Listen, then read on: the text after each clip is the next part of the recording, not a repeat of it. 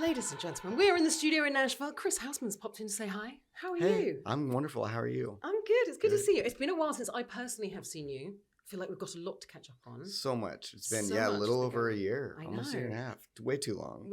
And your album had just come out. Yes. Which, Blue Neck, which is a great album. It's so fantastic. That was the last time that I spoke to you. That was last year. Yeah. So how have you been? I've been good. I've been so good. I mean, that's wild to me that it feels like that was yesterday, but it also feels so long ago. But since then, I mean, really focused on, that was my first album I've ever put out, full length. So there was a lot to just kind of let that soak in and let that have its moment. And then I did my first tour in the spring, this last spring, first headlining tour, which I was so terrified about because I've never done you see people online, but it's like, are people going to come to these shows? Are these fake people? Are these real people? Are they NPC? Exactly. Right. And I had kind of my styles to kind of expect the worst, hope for the best, or whatever. And but people showed up. People showed up, and I made money, and people bought merch and all the things, and it was just so. And every show just kept getting better. Yeah. And it was just really. I had my first sold out show. That was amazing. Yeah, thank you. That's so cool. So, and that was the last one too. So that was really cool. So I've done that, a few festivals and stuff this summer. Yeah. And now I'm kind of in recording mode, working on album 2, which I haven't announced or anything yet, but I'm so excited. Put a few songs out this year that are going to be on that, but that's been just a couple things. Just a couple of things. You have this new single out, which is what I want to talk about. So we got you in to talk about this. Yeah, it's awesome. We've got it up here. Oh my gosh. Up and down. Out now. Out now. When I heard this, I was like, first of all, it's so great. Thank you. And I am going to say it's a little bit, and I hope you take this as a compliment, it's a little bit Casey Musgraves. Oh, so Casey Musgraves. That was literally Is that what you were going for? Yeah. Okay, well, mission accomplished. Yeah, okay, good. As soon as I heard it, I was like, oh yeah, I can see Casey doing a cover of this, Honestly, that's a massive compliment. And literally what we're even writing to production to that early Casey Musgraves stuff that kind of folky, a little bit folky, a little bit kitsch, upbeat, but tells a good message, right, which I love. If it's that's one of my favorite things that Casey does so well. It's if you aren't really listening, it'd just be oh, cool. It's just a nice song. Yeah. But if you're listening, it's oh, did she just say that? Right. So tell us about the single and how it sort of all came about. Yeah. So honestly, the idea came from one of my friends, Holly G, one of my best friends, and she's the founder of this wonderful organization called the Black Opry, But she's very involved in music, but not a songwriter at all. But she said she saw a tweet or something of that, basically that quote, the hook of the song is I mean, we finagled it and made it more singable and stuff about the division in America isn't between left and right, it's up and down. And she was like, I feel like you need to write that song. And she told me this last year.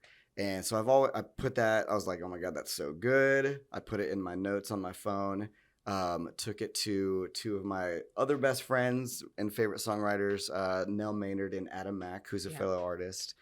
And we just it was so easy to write kind of because it just fell out of us because of how relevant it is.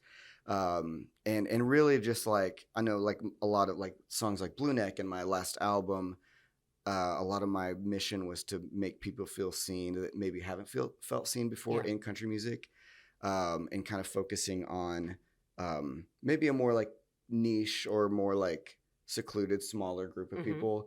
And now with this album, and that song is a perfect example of kind of where I'm going now of hey, we actually all have so much more in common than we're giving ourselves credit for. Right. And we're literally all humans on a soggy spinning rock in the middle of space. What are we doing? Trying to do our best. Just trying to do our best.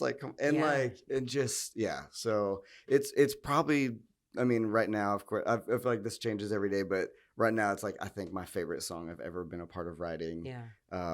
I love that heavy topic with a lighthearted like sound. Right?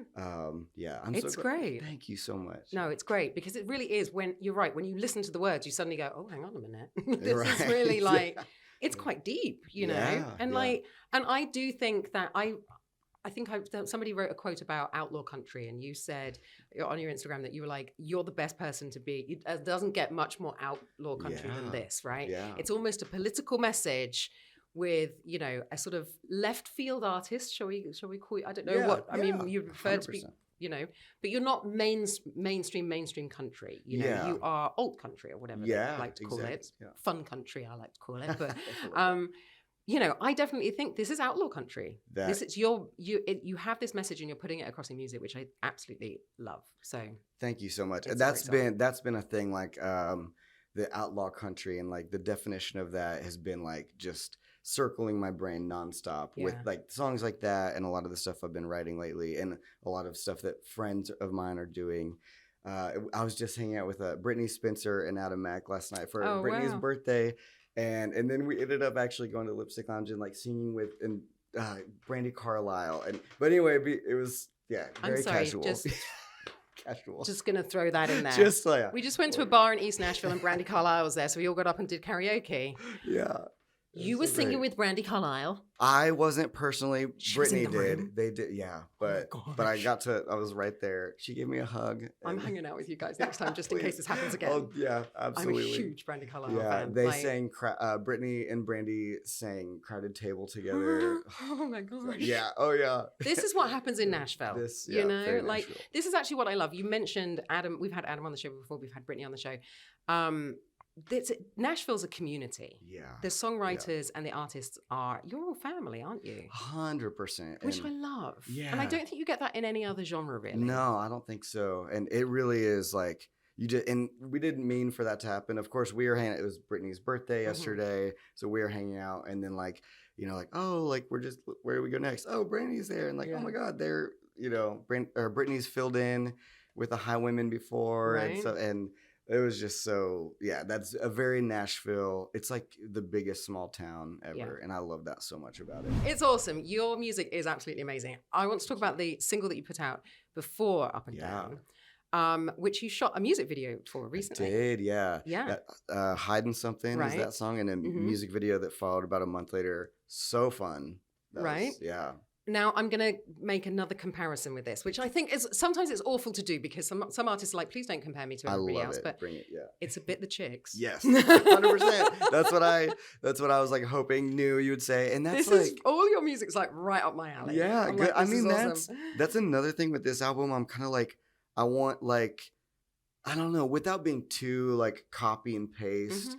Like it doesn't feel like it's copy and paste. Yeah. But it feels like it's like a nod to I see you. Absolutely a nod to. Like that. Yes. Honestly, mission accomplished. If that's coming across, mission accomplished. Because I was like, I want my own version of Goodbye Earl. Right. I want my own. Yeah. Right. Yeah. And it's a really hard thing to like. That was a really hard song to write.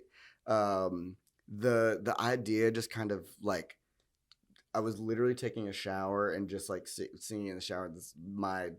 That's my number one place for like ideas and stuff. Of just and just fell out, and I like wrote that down, sat on it for like a few months, and then like that's the last song when I was like thinking about this album. I was like, I want to try to tackle that. Yeah, really hard to write, but so fun. Yeah, to have your own like, especially like everybody loves like true crime, you know, and murder. Who doesn't? This is what we watch to relax in the evenings, you know. Exactly. So, yeah, before we go to sleep, have nightmares. It was so fun, and then doing the music video for that was even more fun.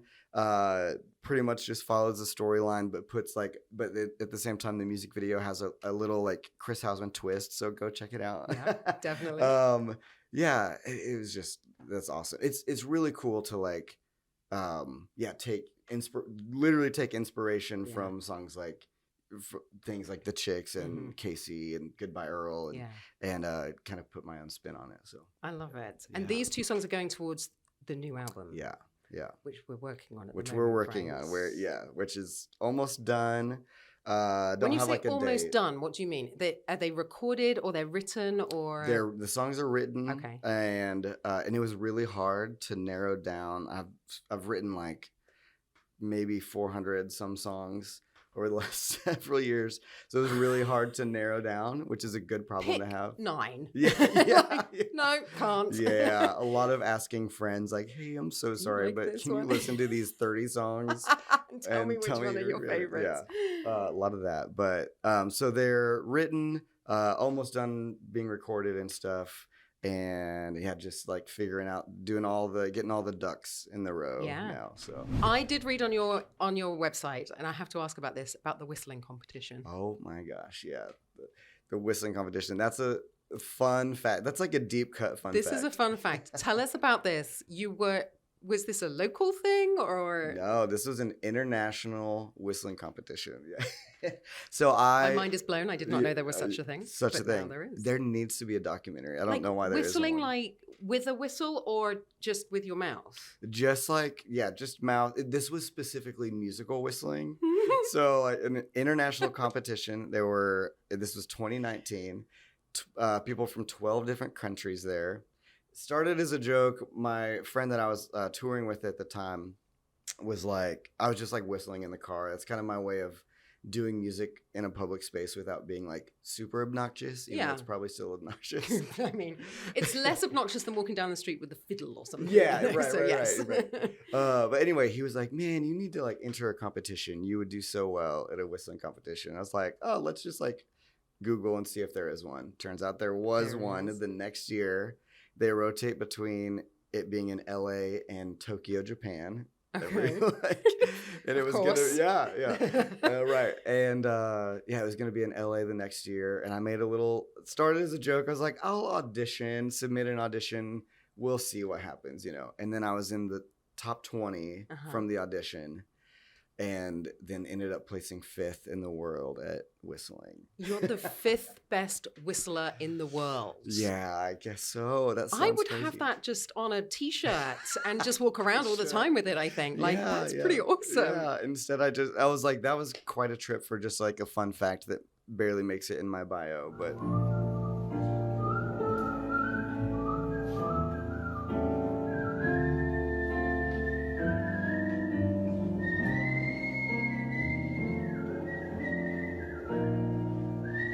Chris, it's so wonderful to catch up with you. I'm so excited about everything that's going on. The last 2 singles that you put out have been my absolute favorites. So I can't wait. I can't wait for the new album. There's so much more good stuff coming too. It's going to be great. Yeah. Well, when the album is coming out, come back in, have another chat with us. Would love to. Enjoy your European tour. Yes. Can't wait to hear all about it. And we hope to see you very soon. Absolutely. Take care. Thank you. Yeah.